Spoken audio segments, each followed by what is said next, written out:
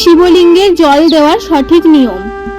আমাদের মধ্যে 80% লোকই ভুলভাবে শিবলিঙ্গের ওপরে জল অর্পণ করেন। তাই আজকের ভিডিওতে আমি দেখাবো কিভাবে সঠিক নিয়মে জল অর্পণ করে মহাদেবকে খুশি করবেন।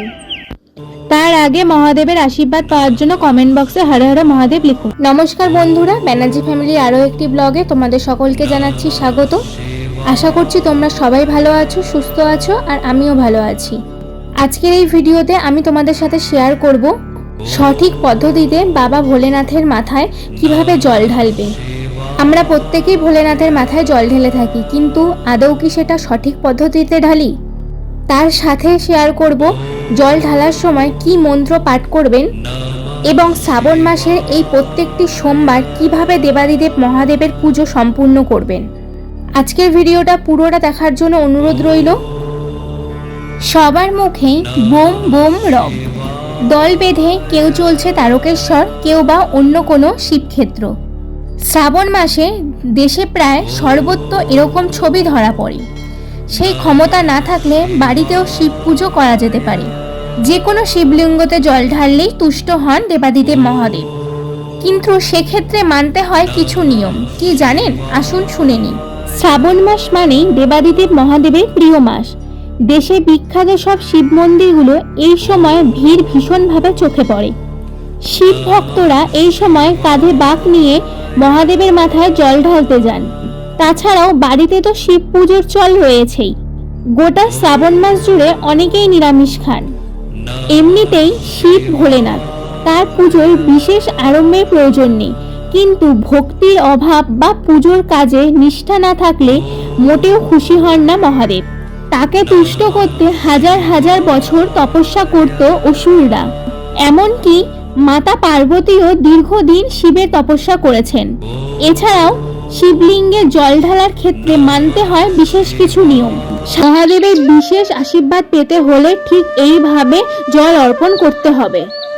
শিবলিঙ্গের দুই চরণে ডানে গণেশ এবং বামে কার্তিক অবস্থান করেন এবং শিবলিঙ্গ যার মধ্যে থাকে সেখানে মাতা পার্বতী অবস্থান করেন। ঠিক এর মাঝখানে শিব পার্বতীর কন্যা অশোক সুন্দরী বাস করেন।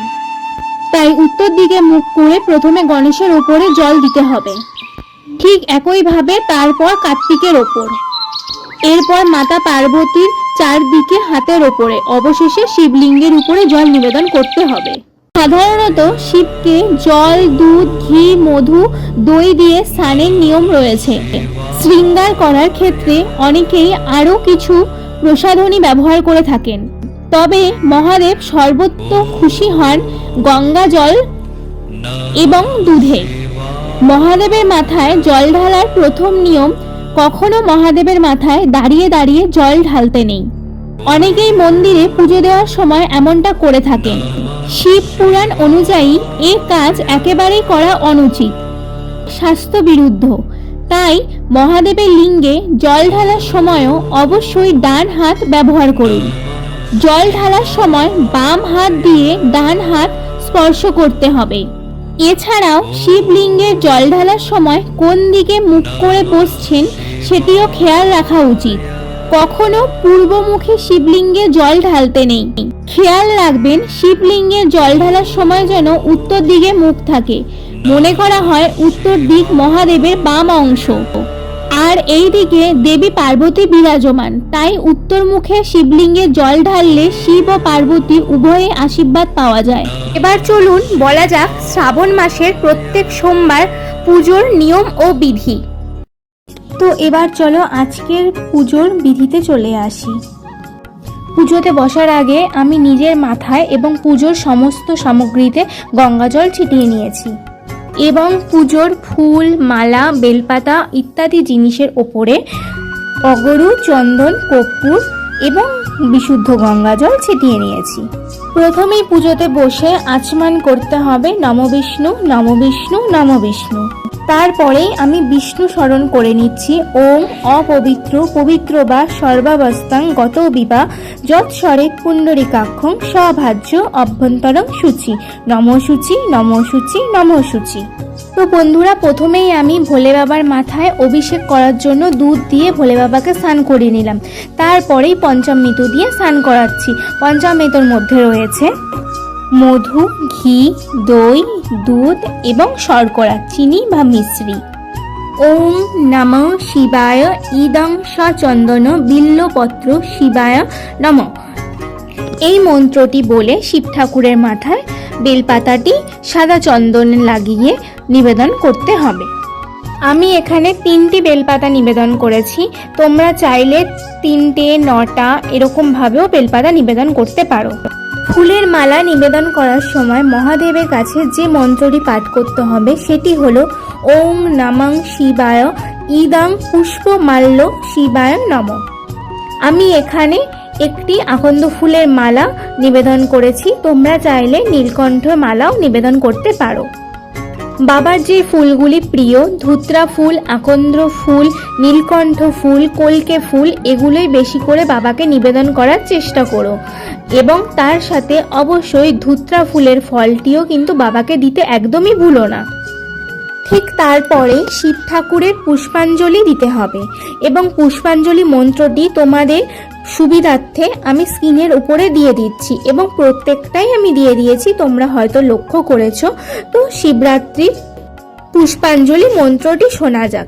ওং নমঃ শিবায় এষো সচন্দন পুষ্প বিল্লপত্রাঞ্জলি নমঃ শিবায় নমঃ। ঠিক এই মন্ত্রটি 3 বার তোমাদেরকে পুষ্পাঞ্জলি দিয়ে নিতে হবে, অবশ্যই হাতে বেলপাতা এবং পুষ্প রেখে। ঠিক তারপরে হাত জোড় করে শিবের প্রণাম মন্ত্রটি জপ করে নিতে হবে। সেই প্রণাম মন্ত্রটি আমি আপনাদের সুবিধার্থে স্ক্রিনের ওপরে অবশ্যই দিয়ে দিচ্ছি।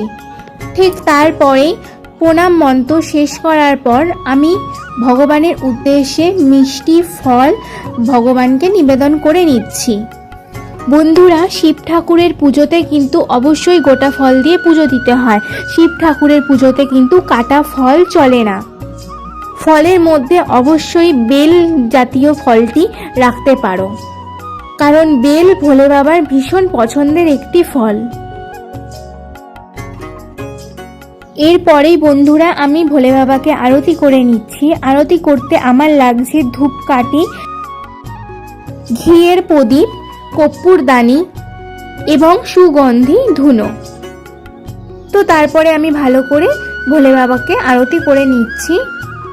ঠিক অবশেষে বন্ধুরা ভোলে বাবার ব্রত কথা অবশ্যই পাঠ করো।